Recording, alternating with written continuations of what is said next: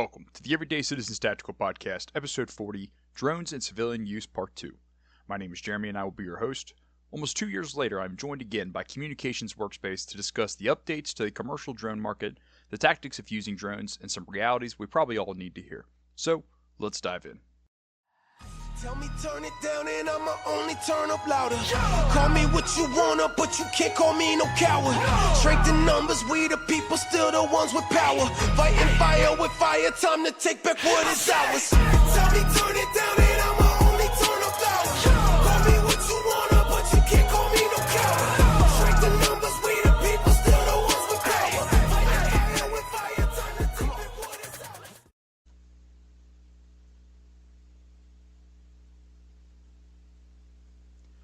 All right, everyone, welcome back to episode 40 of the ECT podcast. And making a return almost 2 years later is Communications Workspace. What's going on, bud? What's up, dude? I'm glad to have you back on because we can both definitely agree that a lot has changed in the drone world in the last 2 years. Yeah, definitely. I'm kind of interested to see where your headspace is at on it too. Yeah, I think I definitely have a little bit more of a different mindset on drones than I think a lot of the kind of Instagram tactical community kind of have. And I had some good conversation with Tyler from Light Fighter Studies when I was on the Longhouse podcast recently, and he had brought up something about the casualty statistics in Ukraine, and I think one of the Longhouse guys was asking about, like, where does drones rank amongst, actual cause of injuries or death in the war on both sides. And if I remember correctly, he said that drones weren't even in the top 3. We just have a false perception of drones at this point because it's all our, Instagram and Twitter algorithms, feed a lot of us now. It's just drone footage from around the world. Yeah, well, yeah, the propaganda aspect of being able to see essentially a kill cam as it's striking. Yeah, you don't hear about all the duds and jam drones that fall out of the sky, and I know that's been talked about. But yeah, it's a tool, and that's what I always tell people is like it's a tool, and also like in the specific Ukraine environment, there's environmental things that are kind of driving that. But yeah, like drones, they're up there, and they're definitely kind of like flashy, and they're definitely effective because you can get very precise with them. But yeah, it's interesting because even when people think of drones at this point, like all people think about is FPV drones with, Cold War munitions recycled and taped to a drone and just kamikaze drones. It's all people think about. But drones is such a bigger aspect of, tools or support than just an FPV drone. Like even in, the Middle East right now with Yemen has claimed to have shot down 25 Reaper drones since basically the war in Gaza has started. The U.S. I think has only confirmed 20 or 21 of those. But like even the Reaper drones, like those are drones, and those were some of like the first drones we saw in modern conflicts, actually be implemented into all of this. And I think people forget about the larger drones at times. yeah, and I mean like the military had like a lot of people are aware of like the Raven fixed wing drones. The military has had a lot of drones for a very long time. It was more like the difficulty of employing them, and that's where because quads are easier because you don't have that continuous forward movement. It's easier to use, so naturally they're more popular. But yeah, like to your point, like they've been around for a long time. I saw sometime in the past month, the Marine Corps released, pictures and videos of the first like official FPV drone attack unit in the Marine Corps, like actually doctrine and supplied drone units, which I thought was wild. I would have thought the Marine Corps would have been further behind the curve than all of that, but they have actual drone units. Yeah, which I mean, they always seem to be ahead of the curve with like low cost solutions. They seem to That's a good get point. after it very quickly. Yeah. Yeah, the low cost solutions. I think they're still trying to figure it out. I saw one video where a dude was using like a Cas9 line to call in, and like maybe that's the right way, maybe it's not. Hmm. I do know that they're like quickly adapting. Even like a dude that he's not in the drone space as far as I know, but the Killzone guy, because I was monitoring him from like the drawdown in Afghanistan and all that. Hmm. He was even posting about it, like a whole solution of how it would look. So Yeah. it's they're definitely like getting after it. Yeah. And it's crazy to think like the use of I would categorize as man deployable drones is really, I mean, just now kind of hitting like 10 years, give or take some change. Because I feel like the fight against ISIS in Western Iraq and in Syria was the first time we saw a lot of, traditional line units utilizing deployable drones. And back then it was just for like reconnaissance and stuff like that. They weren't using, kamikaze Yeah, drones of any sort. But like that, I mean, yeah, I can remember, especially against ISIS in Syria, seeing, various Marine units using like the throw fixed wing drones just to conduct, area reconnaissance and stuff like that.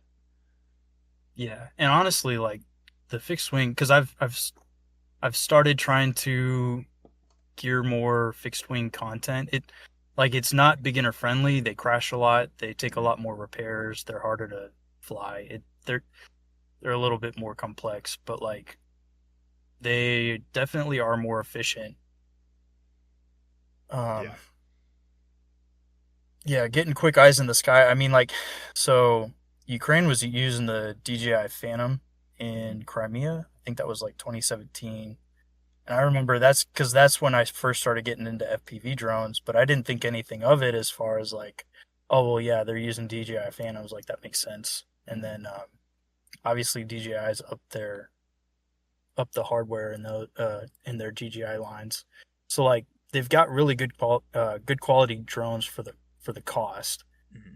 So it makes sense, using those for observation, for like just anybody, any uh, tactical person in stateside or whatever, if they wanted something quick, like that is Mm-hmm. it's a pretty good start. Yeah.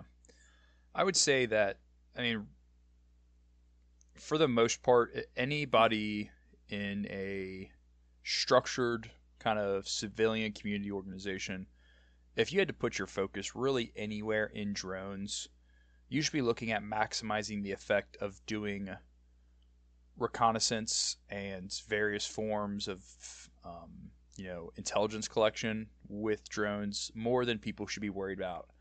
How am I going to drop things from drones on, whoever said bad guy is? I feel like there's just too much. It's probably part of like the whole, essentially sexy media appeal from, the Ukrainian conflict of people being obsessed with dropping things from drones. I just don't foresee that being the best path forward as far as the use of drones for, any type of non-federal military American, personally.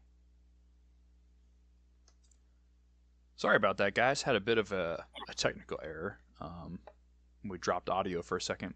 What I was telling them though, just before we kind of dropped audio there, was that I feel like, kind of the community organizations, the, community defense, the Minutemen, whatever fancy term we're using this week to describe those, that community of people in the U.S. I feel like at times there's too much emphasis put on the offensive capability of drones, and I think it comes from, maybe just the sexy, overglorified Ukrainian footage that we just always see. And I personally think that, due to many reasons, drones should particularly be focused in a more reconnaissance role. And there's so much that can come from collecting, um, you know, good information and having good drone capabilities that don't involve you, potentially destroying them all the time. I don't know what your thoughts are on the matter. Yeah, I definitely agree. I think because we were talking about before the show was like the ritzy videos, some of which are staged, and then also the industry, the supply chain behind it of being able to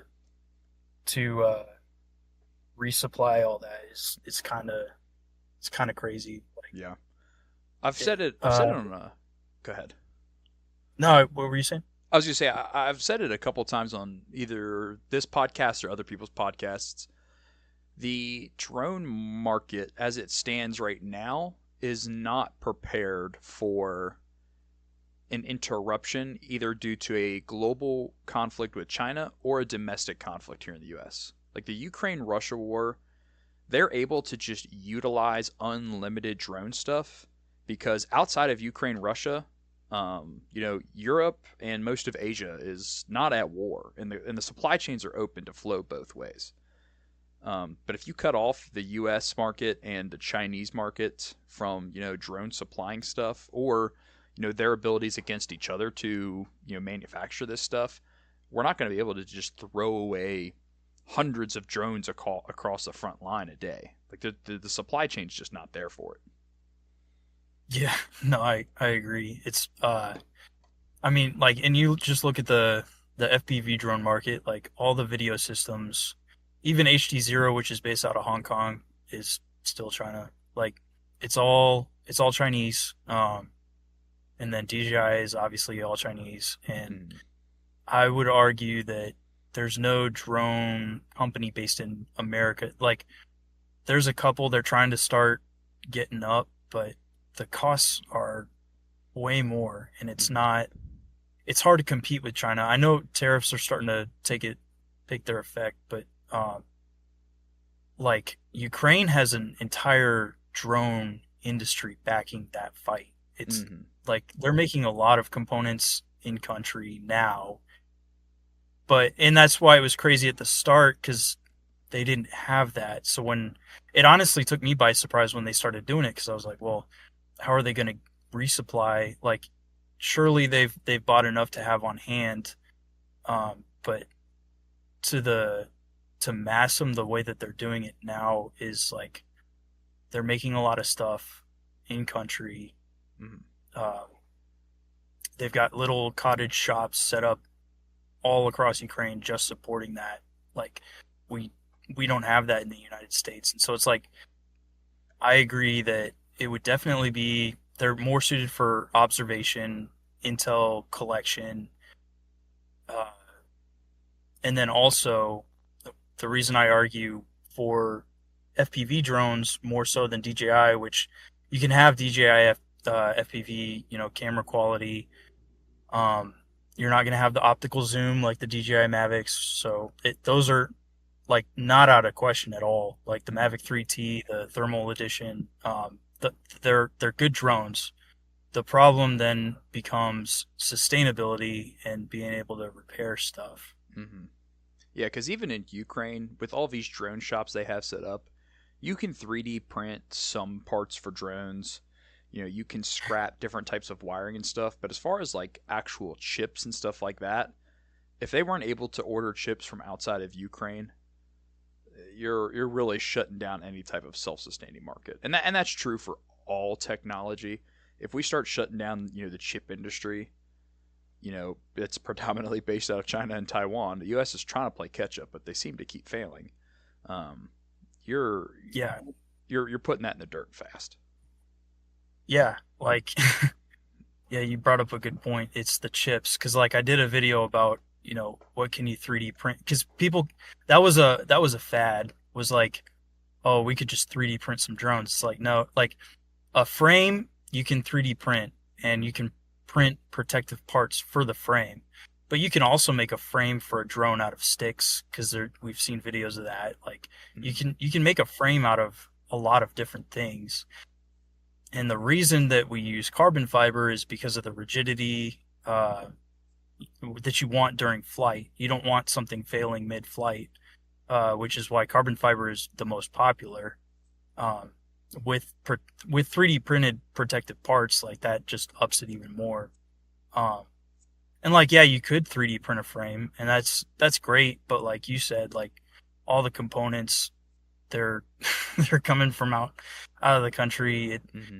All of the video systems, like I'm sure that America could figure out how to start building its own analog cameras and stuff. But when it gets to the proprietary digital stuff, Hmm.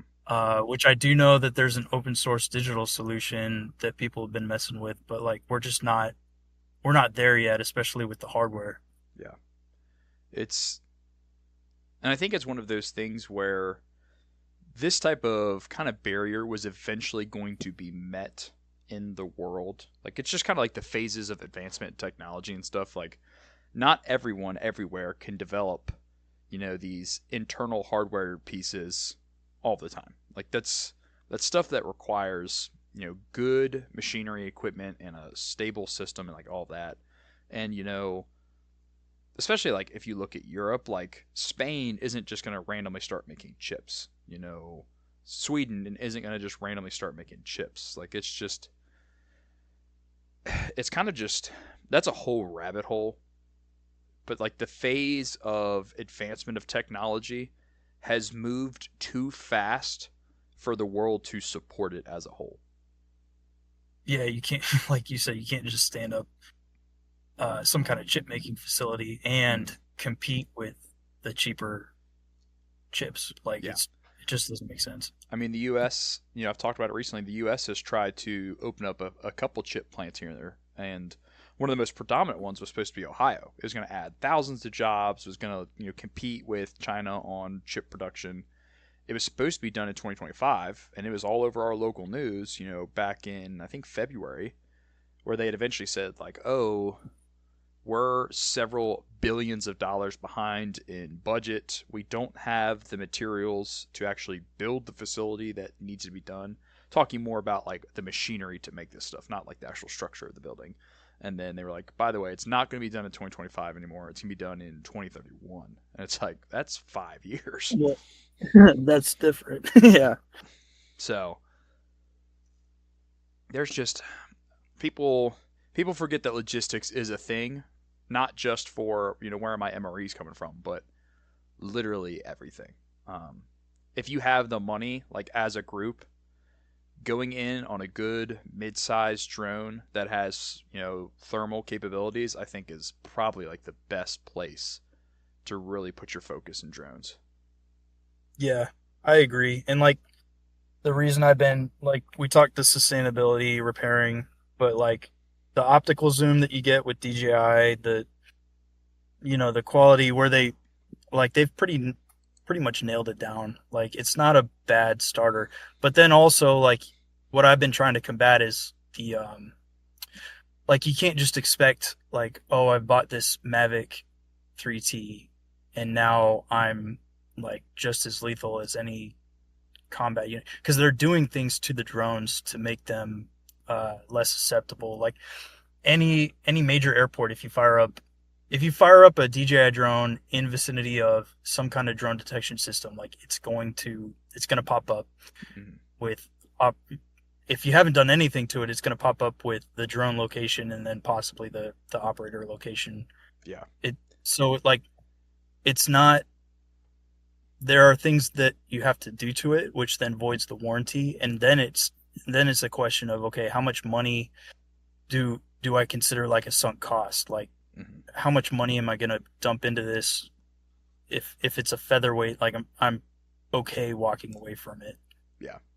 So like, That and that transitions us to kind of that second piece that I wanted to talk about was back in February, DJI removed the, I guess, software requirement that would essentially block um, the DJI drones from going into no flight zones. Correct? yeah, the geofencing. The geofencing. Um Is that yeah. still in effect? Yeah, so like it's funny because and I think Sentinel Society posted about this a couple times, but like doing things to the DJI drones, you could void out the geofencing anyways. Hmm. So nefarious actors could already do that. What this does is allows someone with less skill to be able to fly in more sensitive areas, um, which is why airports are now even more invested in drone detection systems. And I've seen it because like DJI pilots, some of them are pilots, some of them are just goobers. Mhm. Like now they can just fly anywhere over people, at people, you know, without any. And I'm not saying geofencing would have stopped that, but like the skill level to fly anywhere now is reduced, Yeah. so it's a little more dangerous. But the drones, without being altered in any way, will still display the drone ID, correct?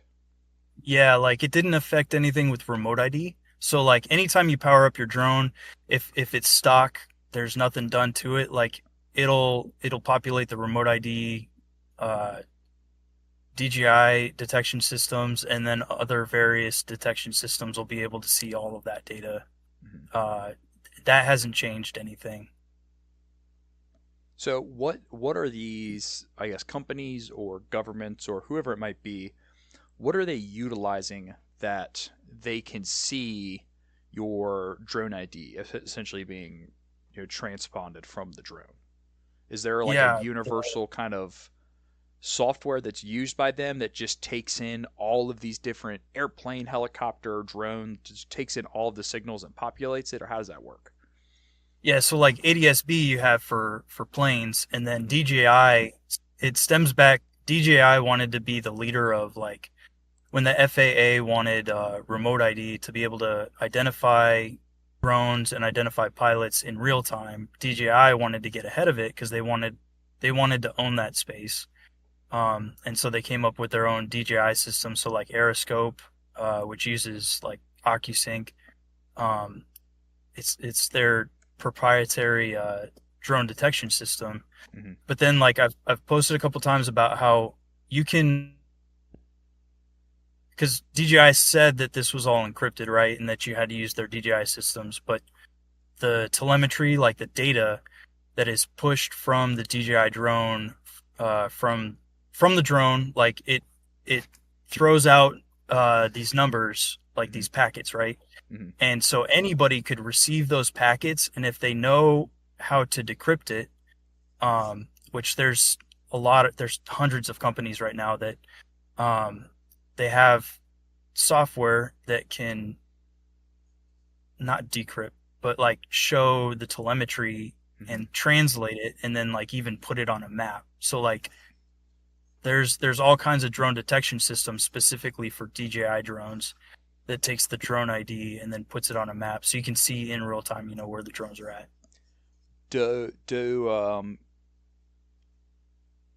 Do counter intel and various SIGINT units in Ukraine and Russia, do they utilize this type of kind of software even on the front? They did at the start. That's where Ukraine was making their money, was like they used the fake GPS app, Mhm. and they ran some scripts and stuff on their drone that wouldn't necessarily turn it off. It was just spoofing it, Mhm. making it look like the drone was in different places and the operators were in different places. Mhm. Um, and now they've gotten to the point where they can harden the drone, I guess, Mhm. Is there really to any where way to truly turn off remote ID, at least from like a commercial DJI drone? uh like I've seen guys like kind of hack the DJI drone to where it's not even a DJI drone anymore and they can fly it like an FPV drone. Mhm. Um, so yeah, like it's possible. But then like I said, like you void the warranty, it takes a lot of scripts, a lot of technical know-how Sure. to install some of this. I know that there's drone companies over in Ukraine that'll just sell you like a jailbroken Mhm. DJI drone. Yeah, I mean, it's like we talked about Um, before. They have their own infrastructure at this point, supporting a very yeah, specific cause. yeah. Um, so I guess really is the best way forward for most people now. I mean, For people that want to, of course, in a non-hazardous or menacing way, utilize their drones in a more private manner, what is the best route for them to do with their commercial drones in order to increase that privacy? Yeah, so for DJI specifically, it's not running the firmware updates. Uh, it's running, I think, No Limits Drones has some scripts. I forgot who told me about. Like, there's there's a couple different websites you can go to that you got scripts that you can run on your drone. Um, Back in the day, there was like CIA Jeep Doors Mm-hmm. script that you could run to kind of null some of that. But yeah, like there's plenty of websites that you can basically download that stuff. Now, with that said, it's like, do you want to do that? Can you afford to do that? Because then if you do that, you're not going to be able to send it off if you crash it. And drones, like they're flying in the air, there's things in the air, or if it stops working, it's going to crash on the ground. Yeah. Like it's a risk. I've had to send our DJI Mavic Mini off before just because it wasn't even that it crashed or anything. Just one random internal hardware piece stopped working, and it basically just you could activate the drone and go through all the connection settings and everything, but it wouldn't take off. So we had to have it sent off to get fixed, and they fixed it, no questions asked. Sent it back. But that was before like any type of you know outside changes or anything like that. Like it was still just a stock DJI. Yeah, and that's like keeping it stock. You just have to be cognizant of, well, if I power it up, people are going to be able to see where it's at. The geofencing kind of helps if you're trying to fly somewhere. Like, I know geofencing got kind of ridiculous. They had like just insane blocks of airspace that Mm-hmm. you weren't able to fly in, and it didn't make any sense. So like Yeah. to that point, it's good that they've removed it, geofencing and all that. But then if you crash your drone and you got to send it off, they're gonna update the firmware. They're gonna make sure everything's up to speed and then send it back to you. So is there any increase in privacy or at least security on the user aspect? Say it's somebody with a standard DJI drone that's not using like FPV goggles. They're just using like a smart device on a controller. If you buy say just a burner Android phone that isn't tied to anybody's phone number or it's not used for miscellaneous bullshit. That is the drone's phone. You download the GoFly app. You know you connect to the drone, and that's how you utilize the fly, and it's always in airplane mode. Like, does that give you Yeah, any level of security increase, or is it kind of just false hopes there? yeah, that with the fake GPS app and that that's enough. So It'll give you how? some. Sorry, I didn't mean to cut you off. How does the fake GPS app work with a burner device that's not actively using any GPS anyway? Yeah, so you're able to pick a GPS location, and then that Mm, is what your GPS reads as location. So then, you know, when if somebody were to intercept your the remote ID operator location, it would be whatever you set it as. If you were trying to avoid that. so what is it using? What is it using if you don't have the fake GPS downloaded, but your phone also isn't actively using any GPS because it doesn't have any connection to anything? So, um, actually, that's a good question because I believe the GPS still. I'd have to look that up. Yeah, the GPS still But does. The GPS does. There is something at play there still, because like if I turn on the drone, and it may be because I don't have anything that it's referencing. I may get like some sort of like limitation message or something like that, even though I'm in an area that shouldn't have any limitations. Like you can't like there. I think the most common one I get is electromagnetic interference, but like I'll be out in the middle of the woods. I'm like, there's no interference out here. So I yeah, wonder if sometimes messing with the GPS and not giving it an actual location messes with it.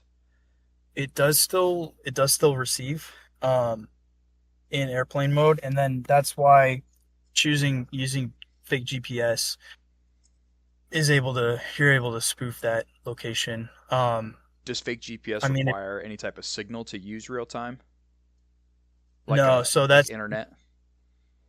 no, and that's the beauty of it is like Nice. it'll just tell your GPS receiver this is the location, and you'll Nice. be able to use it in airplane mode. Granted, you've got to do some things on the front end to be able to set it up, fake GPS app and all that, but Yeah. like you're still able to use it in airplane mode. So does I guess if that data packet is being received from, whatever is in the area, airport, bad guy, signal intelligence team, whatever it is, Yeah. are they seeing the takeoff point of the operator as whatever the fake GPS app says, or are they seeing the actual takeoff point of the Yeah, operator? so they're seeing and granted this is a stock DJI drone. Mm-hmm. So the drone is transmitting all the telemetry, Mm-hmm. and the drone is receiving the operator location. So the drone will be telling the drone detection system where the operator is at. So if you have the phone controller set, fake GPS, whatever, Mm-hmm. and you're spoofing that, then the drone is pulsing out all that info as that's your location. If it's stock though, the they're still going to be able to see where you powered up at. Gotcha. So even utilizing the fake GPS app will spoof where the operator supposedly is. Right, yeah, but they'll be able to see where the drone is powered up at. Granted, like it's a lot like radios, right? Like Mm-hmm. it has to be in line of sight of that to be able to detect it and receive the telemetry packets and decode them. Gotcha. And I think this is one of those things that, and I've talked about it with guys before, you have to be willing to accept that drones are not perfect, especially when Yeah. you are not working in some sort of like a large support infrastructure system. You and 10 buddies, that's not infrastructure. Like, that's Yeah, like you're lucky to have a drone at that point. yeah, I like there's no perfect drone solution. Hmm. Like obviously for observation there's a couple ways to cut it, but there's always going to be costs, trade-offs for each drone, you know. It Yeah, there's risks and you can mitigate the risks, but then those mitigations come with costs as well. So there's no like perfect solution for any of this. At least in, I guess, outside of the Ukraine conflict, let's use the United States per se.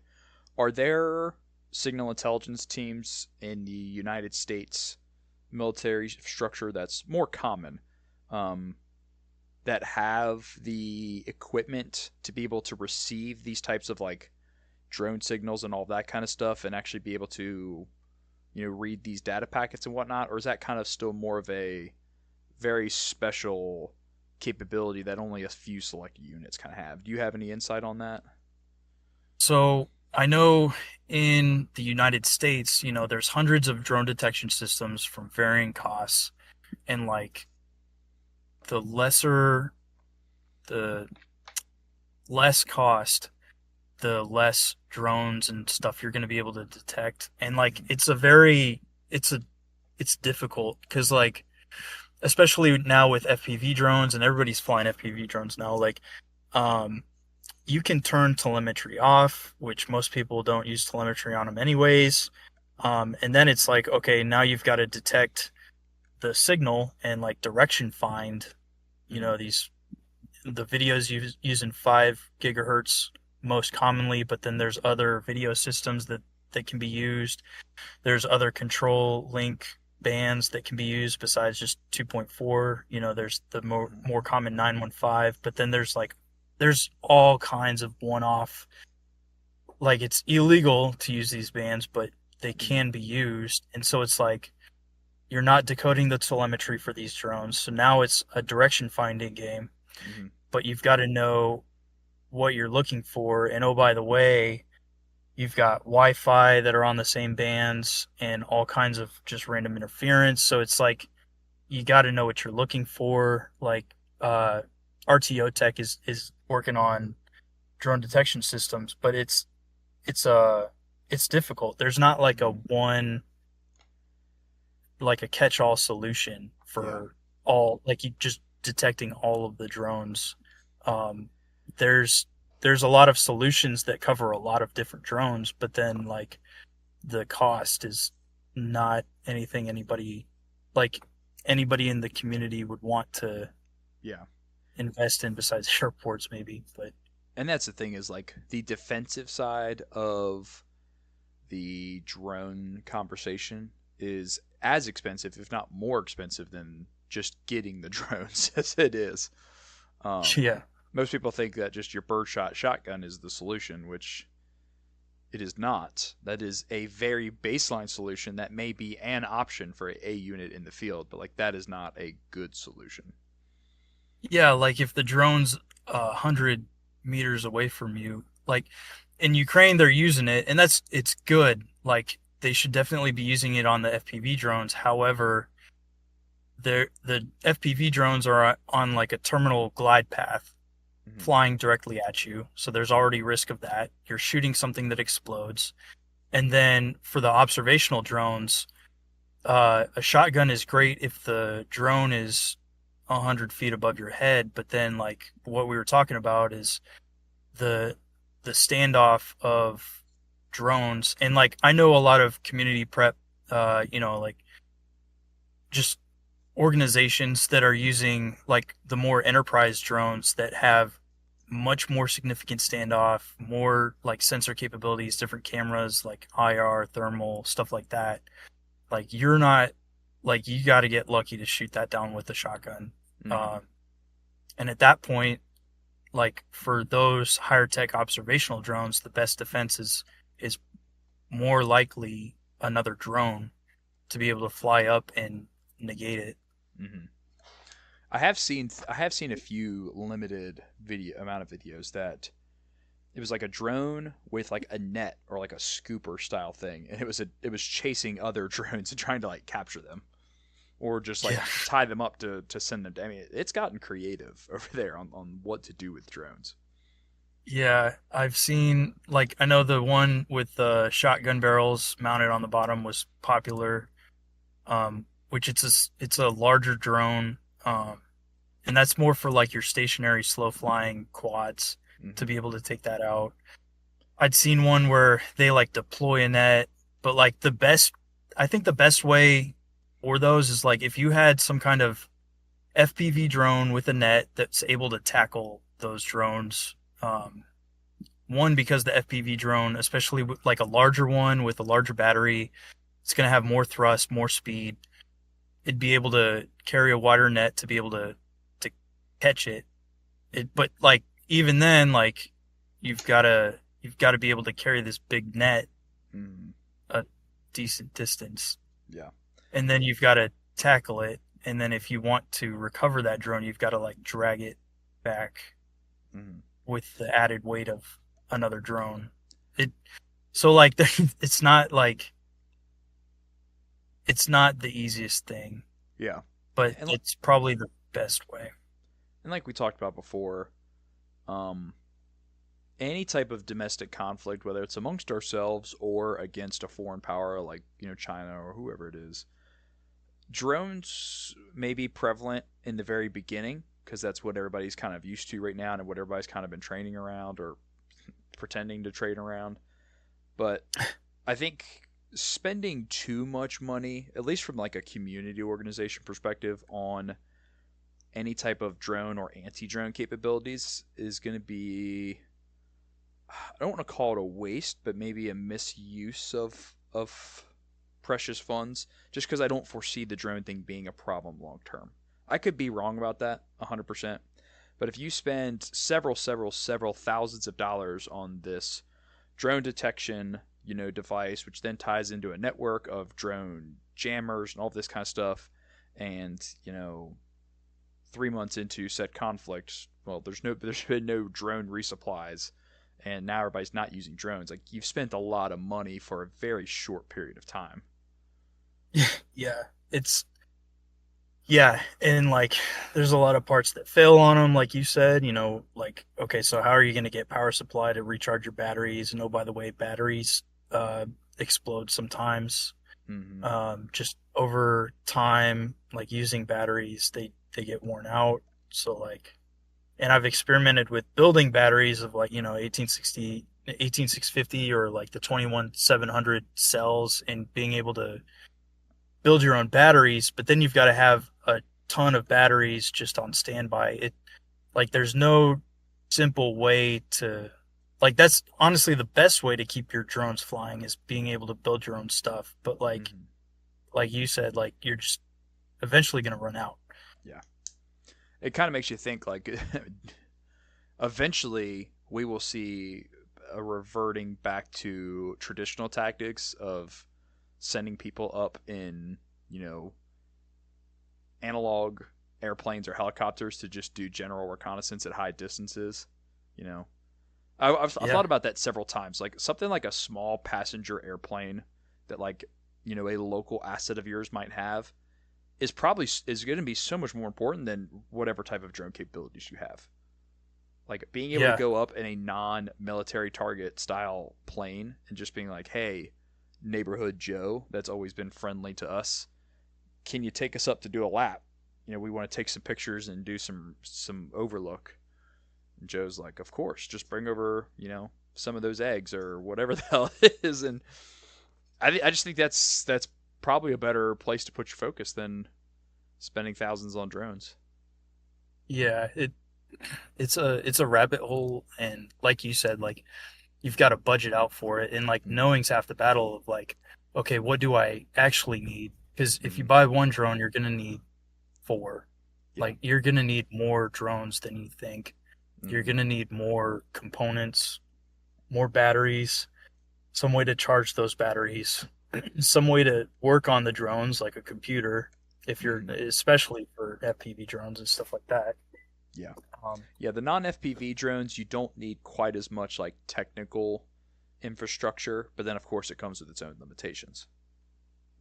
yeah, it it's not an easy solution. Like you said, it's like long term. What do you really need to be putting your money in? It's Mm-hmm. good to have a dude that's kind of like aware of drone. If that's your niche or something, if you're interested in it, by all means, definitely get into it and like and teach others about what you're learning and stuff like that. Like knowledge is always good because then Mm-hmm. you have the knowledge to um, combat drones when you see them. But Mm-hmm. like investing as a community, there's some give and take. Like I don't know, it's a tool. Like we had the conversation earlier. It's like the drone is a tool, but there are many tools that can solve a problem. So Yeah. like knowing when to use a drone is probably best. Mm-hmm. Where are you? Like, what is your kind of go-to place right now for FPV drones? For guys that want to get away from like your standard smart device paired with a DJI controller, like where should guys look to start? Yeah. I've been meaning to do videos on that. Because I've had people talk in my DMs, and if people hit me up, I'm usually just I'll hit them back. But like most people, they want to get into FPV drones with kind of a lower cost, knowing that they're gonna want to upgrade stuff in the future. Mm-hmm. Um, and so like for that, when you're wanting to start FPV, um, there's always the route of you don't have to have goggles either. Like you can always buy. There's the Hawkeye FPV drone monitor. There's various analog monitors that you can buy that they'll receive. There's the OTG receiver, which is okay. But like any kind of analog diversity video receiver Mm-hmm. is good enough to start. And you can like my HD0 monitor was like 100 and some bucks, and that's because it does HD0 and analog. Like you can get a cheaper analog video screen for $50. Um, well, that's before tariff. I don't know. But like you can you can get the video screen, and then you can just get a cheap drone. Um, what I've been recommending to people is like, okay, so you're not wanting to spend a lot of money, but you do want capability like right off the bat. And that's where I've recommended. I think 5 inch is the lowest I'll go because I've had like the smaller 3.5 inch drones, 4 inch drones, and those are fun. They're definitely easier to fly in suburban areas. Less noise. They're not as intimidating, stuff like that. But I recommend start with the video screen, start with the 5 inch drone, because you're gonna end up. It's all the costs that you don't see on the backside of like your soldering equipment. You got to have a computer if you don't already. You've got to have batteries. You've got to have the battery charger to be, and like a decent battery charger to take care of the batteries. Um, you've got to buy more props. You've got to there's just all kinds of random stuff. And then, oh, by the way, when they break, you've got to have the tools to repair it. So it's like Yeah. just start with the 5 inch drone, fly it. You're gonna crash it. When you crash it, then you just repair it. Don't fly too crazy. Uh, Ideally, you've started with a FPV simulator and you got like a decent controller. Hmm. Uh, One thing I recommend starting out is like guys want the small gamepad controller, and that's great. Like it's great to learn on. But when you start leveling up, you start doing more things with the drones. You want more switches to be able to do things to the drone, like for instance, turn the video transmitter off. Scyhawk Labs did a video on that. There, there's other things that you want to do, and you need more switches to do that. Hmm. So that's why I recommend up front getting a good radio, getting on the sim, getting several hours in that and getting used to flying, um, which makes you a better all around pilot, anyways. Hmm. And And then most buying the 5 inch, you crash it, you repair it, and then when you're done repairing it, uh, you'll eventually end up with another drone, and that drone becomes spare parts, and you're just constantly repairing, and that's probably the best way to learn without spending a ton of money up front. and most FPV drones, you're putting together and programming yourself, correct? Yeah. Although you can buy like the iFlight Nazgul is the one I recommend. I know Emax. There's other companies they sell these ready to fly drones. Hmm. Um, and all you've got to do, most of them nowadays are plug and play. So you can buy an Express LRS receiver or whatever receiver and just plug it into the drone. You don't have to solder anything, and you've got a functioning drone right there. It's with all the stock rates and stock settings and everything, but it's definitely flyable. Do you do you tell guys to stay away from DJI drones, or do you think it's still a valuable path to take if done correctly?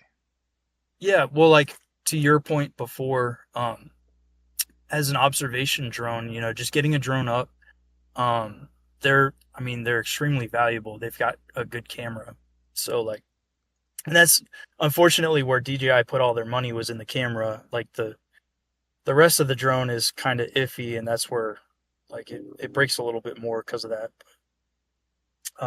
It's not a bad thing. And like maybe my page comes off a little abrasive too because I'm always talking FPV drones, but it's like uh, understanding the cost of what you're getting with that DJI drone as an observational drone, which is good, but like all the stuff we talked about before, repair and parts and stuff like that, Hmm. it makes it difficult. I think, and honestly, I think maybe even just getting in, if you're just getting into drones, a simple DJI drone with, a smart device and controller is, if you're just looking to mess around and not spend huge money, it's not a bad place to start. I don't think. Um, Yeah, no, it's not bad. I talk a lot of smack DJI, but it's not a bad place to start at all. mhm. Like as long as you understand, like if it goes down and you're not able to send it off for repairs, there may be some things that you can repair on. I've seen people 3D printing parts, replacement parts for it, which if you're just starting out, you're probably not comfortable or able to do right off the bat. But Mm. it's I yeah, it's definitely worth considering. Yeah. One thing I wrote this down earlier because I forgot to ask it. With DJI drones and the fake GPS, obviously, you're spoofing the drone's location. How does that work as the drone is moving? Where does the drone think it is utilizing fake GPS if it's not in the correct geographical spot? So fake GPS is for the operator only, and then the drone, the only way to spoof that location is some kind of script Mm. that you've run on the drone. Oh, okay. I thought So it was both.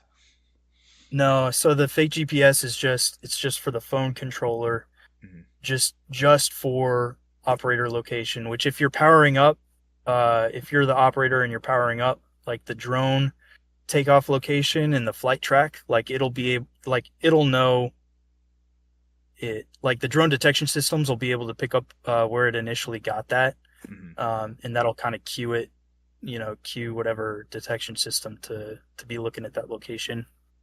Um, so it's kind of like fake GPS helps for the operator piece, but you got to run scripts on the drone, which voids the warranty, to then be able to spoof that location. Is that where like No Limit Drones comes in you were talking about earlier? Yeah, yeah. Those like there's other websites, but like yeah, any script that's like spoofing the drone GPS, that's where that comes in. Because like if I look at like just a DJI Mavic Mini right now, if I'm on No Limit Drones, it looks like the firmware, which for everybody that has never been on there, you have to buy the scripts off No Limit Drones.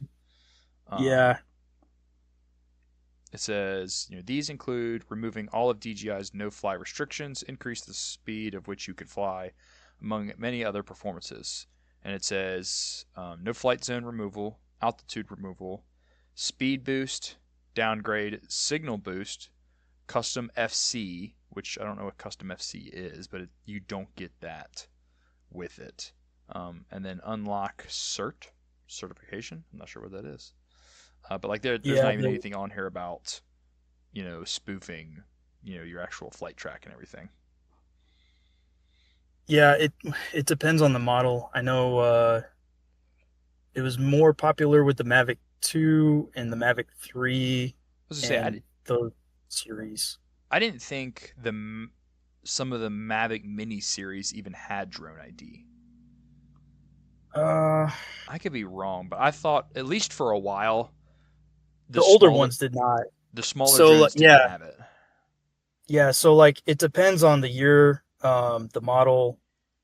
Let's see, because they had just started. Some of the older ones, you're fine. Um, DJI Mini, like the Mini 4, Mm-hmm. definitely has it. Mini, you said you have the Mini 2, right? I don't remember which one I have. It's sitting right behind me. Let me pull it out. But yeah, like the older ones before, because I think this was 2023 What'd you just say? I'm sorry.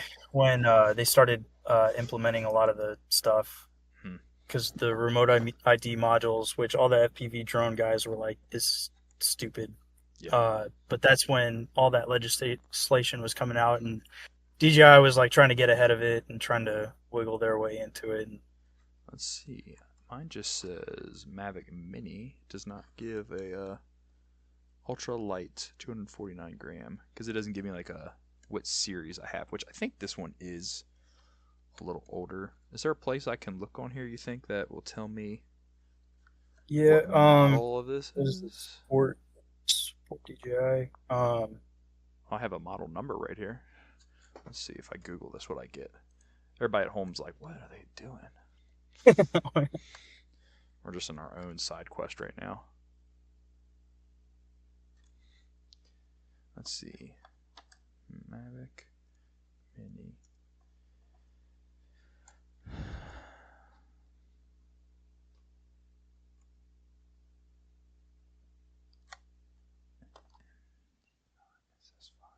Oop. Let's see. That doesn't seem to have given me anything as far as like what generation of the Mavic Mini it is.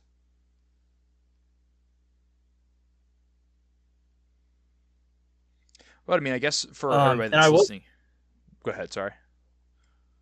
Oh no, I was just gonna say like, uh, d- do you remember the whole like the Trump assassination attempt? Yeah. Which I probably shouldn't have said that because that'll like flag your. But anyways, like so with that whole thing, the way the dude was flying, because he was just flying a stock drone before the event, um, which it's crazy to me that certain agencies didn't have some kind of coverage on that. Um, but like it's I don't know, it like the dude somehow got away with that. Hmm. So like it's not that it's and like we said, like the detection programs and stuff like that, like it's more costly. There's no like really simple way to do it. And so you're Hmm. not going to see a whole lot of detection systems anyways. Hmm. Um, but it is something to consider. So it's not like I don't know. That's really case by case how you want to determine that risk. But like maybe the drone transmitting its location isn't the biggest deal to maybe most people. Yeah, I Hope think. well, yeah. Hopefully it's nothing nefarious. Yeah, I think it's definitely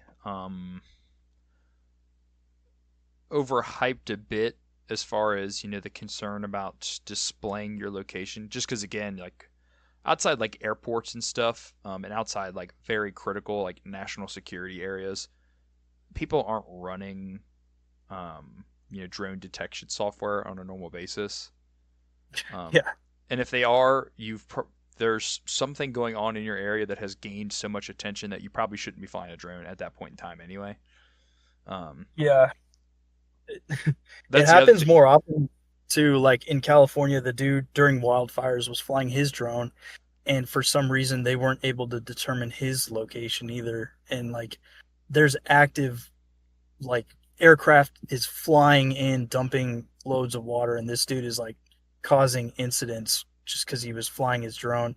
And Hmm. I'm pretty sure his stuff was stocked too. Like it, it's kind of scary with the geofencing thing being removed. Is like all these just just people that don't know what they're doing. They just buy a drone and throw it up in the air and are able to do that. Like that's what's crazy. There's Yeah, no there's no like remote off switch like it, and it's not the easiest thing to try and jam uh this idiot who's flying a drone like it. and that was the other thing I always thought about a lot too. Was at least what I had assumed was a thing prior to actually learning about drones. I figured DJI just had like an off switch somewhere where it's just like we're turning off all the DJI drones, and Yeah, like you could just do that, but apparently that's not a thing. like they like theoretically that could happen if you're running stock, your phone isn't airplane mode, it's constantly connected to a network. Hmm. Then And probably DJI yeah. like yeah, like DJI 100% stores logs of all flights, and there was a leak a while back about, like there was a track that went over this government installation, and uh like DJI was logging all of these tracks, and they knew Hmm. exactly where it was at, and like they could theoretically turn it off if the phone was connected to a network, but like Hmm. even then obviously they haven't. You ever think about like what the progression of both drone and the anti-drone capabilities and market would have actually looked like if a big conflict would have happened that was not contained in Ukraine Russia. Like if China and the US went to war with each other before the Ukraine Russia war and nobody had seen drone warfare like this before, but now the entire world economy is in shambles and the supply market's just destroyed. Do you think we would have seen the advancements that we really would have? Or do you think it would have eventually either just burned itself out, or just there would have been no way to advance forward without just some serious resources? uh yeah, that's an interesting theory because I think it would have progressed really quickly with China. Obviously, they have their entire industry and the way that their nation's set up. They Hmm. would have nationalized everything, and I think we might have seen those advances. I don't know. I don't know.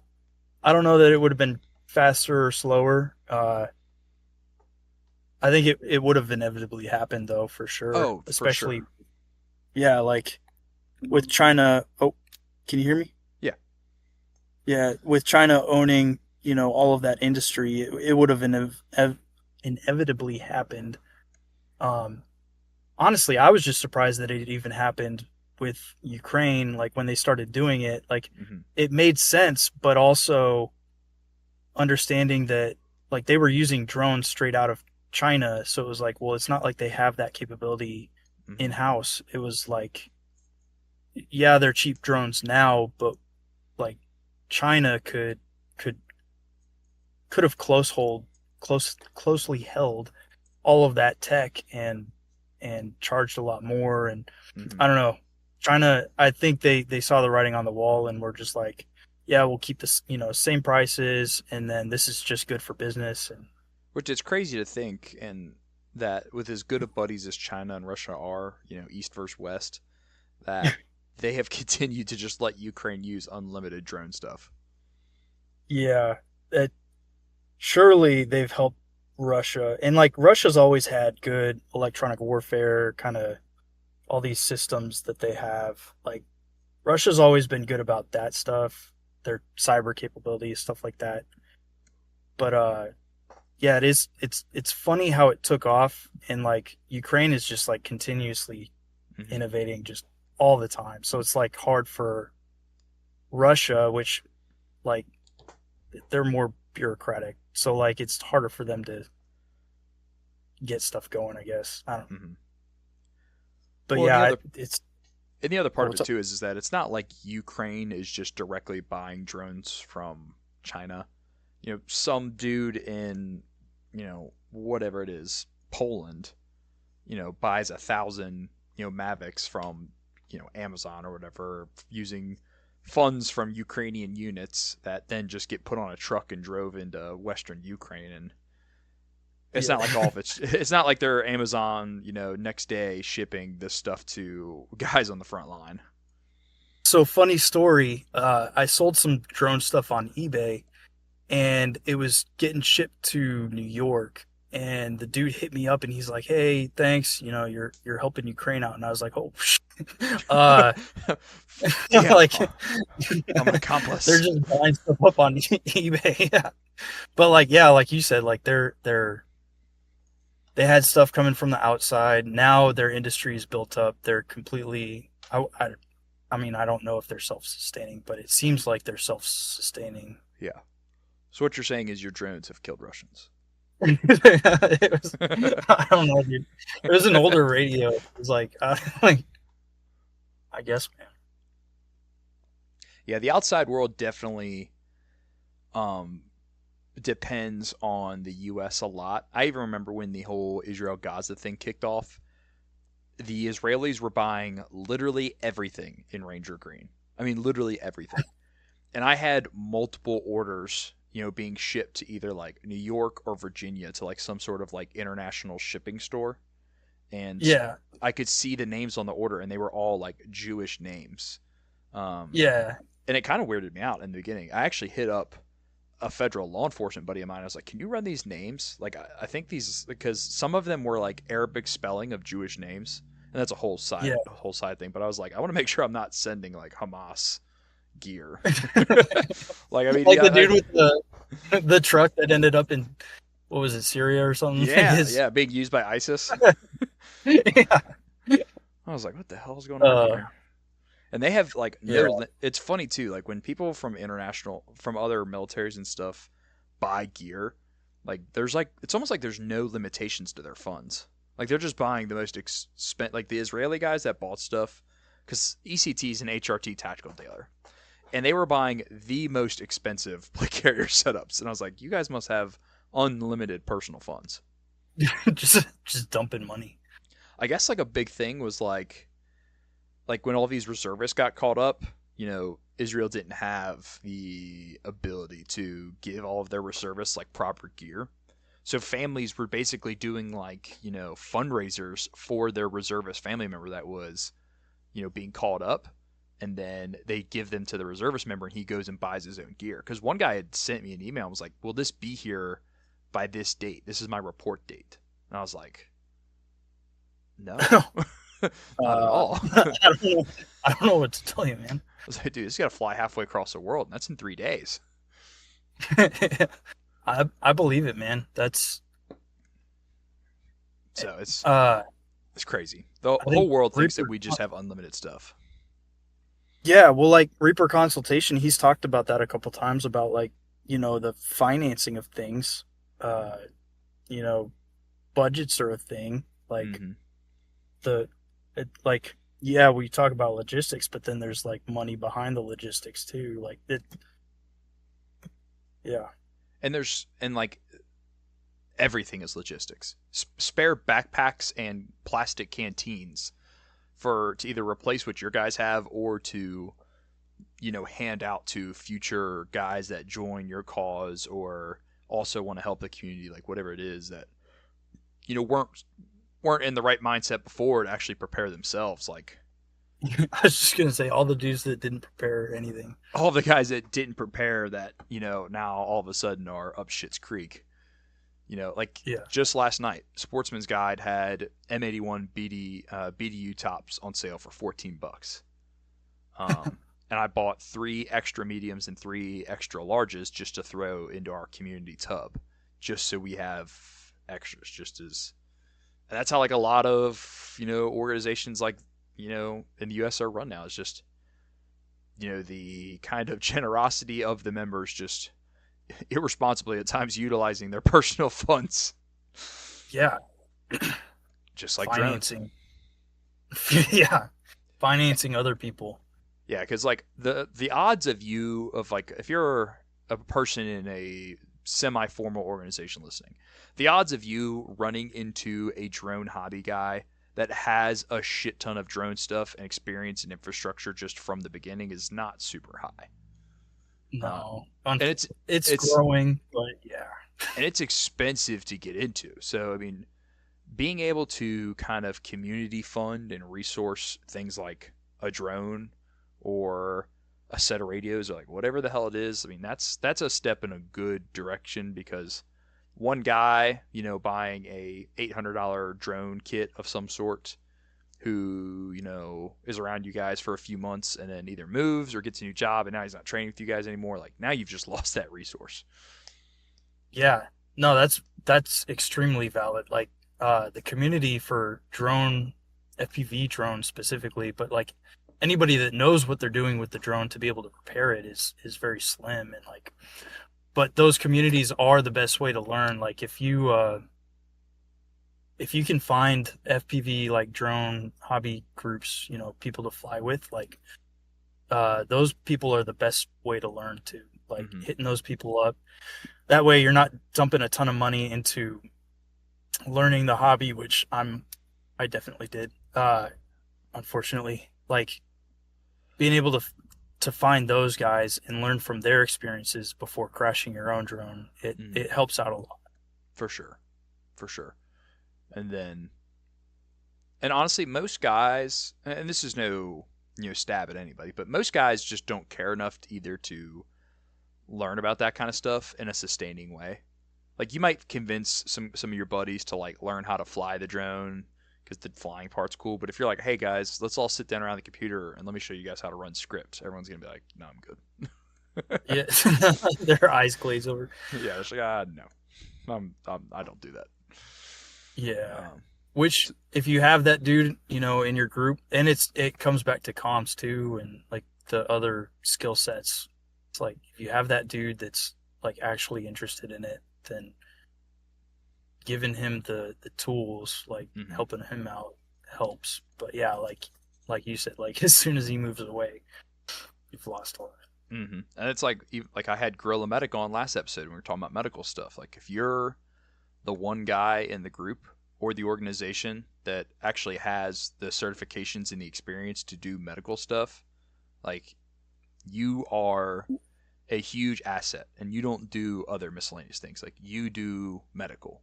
Like we don't you don't go do haphazard, patrols. You don't, do XYZ. Like your job is making sure everything medical continues to run. And really, I guess the same thing could be said about drones, especially if you're using multiple drones, multiple types of drones, whatever it is. Like you run the Oh yeah, drone shop. And then if you're not running the drone shop, you're probably helping with comms. yeah, or like some kind of observation. But then it's like we talked comms. Like one thing I've been posting about is the networking of observation and getting the right info to the right people. Hmm. Like ATAC is a decent way of doing that, especially if you have a DJI drone. But there are so many other ways to cut it and so many simpler solutions of like networking the video. So like you're not just the drone guy, you end up being the drone guy and like comms and networking and like Hmm. all this other stuff um, that supports the end state. It's not just flying a drone to see things. Like you're flying the drone to see certain things, pushing that video to the people who need it and are able to tap into it. And it's like it's a whole other thing. And oh, by the way, you're probably like assessing, the counter UAS threat for, whoever. Hmm. Like uh, you're trying to figure out what threats are coming at you too. Like Hmm. it's just a whole thing. I want to ask you this question, and really we've never really talked about politics or anything like that, so I have no idea, but I know you're of somewhat like minded, of course, because here we are. But do you know both from like the cartel and then like the Antifa types in the U.S. how involved are they with the small man deployable drones? Obviously, two sides of the question. Cartel and Antifa are two different people, but what we consider normally adversaries of freedom in this country, what do their drone capabilities look like right now? So FPV drone pilots, like the whole FPV drone community seems to be more left leaning, if that Mm-hmm. says anything. Um, Obviously it's picking up, military, like a bunch of service members are starting to pick up on drones, learning it themselves and all that, which they seem to be more right. But like the hobbyists of FPV drones are left leaning. So I they I'm sure it's across the board. Everybody's learning it. Mm-hmm. So it's really just keeping pace with everybody else. What about the cartel? Yeah, the cartel is. I remember was that 2017? They weren't dropping munitions. They were putting C4 in Tupperware Mm-hmm. and then exploding them using the drone. So Hmm. like they've had these capabilities, and I mean, obviously they've got financing, they've got plenty of people learning all this stuff. I know that they've used countless like drones against their was the military down there and stuff Hmm. like that. Like they're definitely on the up and up. And they have access to munitions and stuff, which so yeah, they definitely have the capability. It's kind of crazy, scary. Yeah, I feel like I saw sometime in the last 6 months, I thought I started seeing some like video release, like Ukraine style, from the cartels of them utilizing drones. And Yeah. really, I think it was actually against like other cartel members because like there's a whole cartel civil war going on right now that most people have zero idea about. But Oh, yeah, their test bed. It's like northeast Mexico. I yeah, know central. I don't. the north side of Mexico right now specifically is like just there's like three or four major factions of the cartel that are at each other's throats, and they're basically all fighting for who's going to be the top dog and start calling the shots, like Pablo was. Um, Yeah, and once that problem probably figures itself out, I think the cartel will be a greater issue, but we're not there yet. Yeah, yeah, like you said, they I know that they had an observational drone, Ukraine style. I forgot if the other drone, like the attack drone, if they dropped ammunition or if they, hit the convoy. I can't remember, but Mm-hmm. I don't know. The tech is accessible for them. Yeah. And really kind of wrapping up the closing thoughts as far as driving home the point of drones for civilian groups. There's other applications to drones outside of tactical purposes. Most organizations, that are community defense, Minutemen, whatever the hell it is, have a like disaster response side to them as well. And using drones Yeah, for tornado response and reconnaissance, or like the stuff that happened throughout Tennessee and North Carolina after Hurricane Helene. Like there's so many different ways to use drones. Not everything is tactical. We've kind of negated that so far, but I did want to make that point. yeah, definitely. To drone service. I see a lot of pages like one way to finance it. Obviously, you get your Part 107. The most common way I've seen is realty. Like you said, first responders are starting to use drones. Law enforcement are starting to use thermal to identify, you know, kids that get out, or older people with dementia. Finding those people when they're lost. Mm-hmm. There's all kinds of ways to, and like obviously the FPV drone, you get your Part 107. You can do filming, all different types of filming for people. There's ways with enterprise drones. You can do survey. You can do inspections on things. There's ways to make money with it. I think with the ease of access of drones, like the market is the industry as a whole is kind of becoming saturated with that. But I've seen some really successful like realty uh, video uh, companies, and You know, there's ways to make money for sure. one of the most surprising ways I've seen people with drones make money is for hunters. There are guys now that provide essentially thermal services for their drone. If you down a deer or something that runs off and you can't find it, people will pay drone operators to come in that are basically on call during hunting seasons to fly their thermal drone around and try to find your downed deer. Yeah, no, that makes sense. Like back, I remember, and really this past year was really the first I've seen it like just being super promoted. But like some of the videos these guys were putting out basically promoting their service were like really well done. Oh yeah, for sure. Like, I mean, you buy an enterprise $7,000 drone, you're gonna be able to do a lot more with it. It's yeah. I mean, the capabilities of it are just insane. So Mm-hmm. like you can pick up jobs, pay it off decently well while still being able to use it for other applications. Yeah. Well, I think that about wraps it up. We definitely covered a lot in just a little over an hour. I appreciate you coming back on again, man. Yeah, for sure, man. This was fun. Yeah, It's good. I'm glad to kind of give guys a better understanding of drones because I feel like guys are either intimidated by it or they completely underestimate drones too often. And normally that sets people up for failure when they do start getting into drones. Yeah.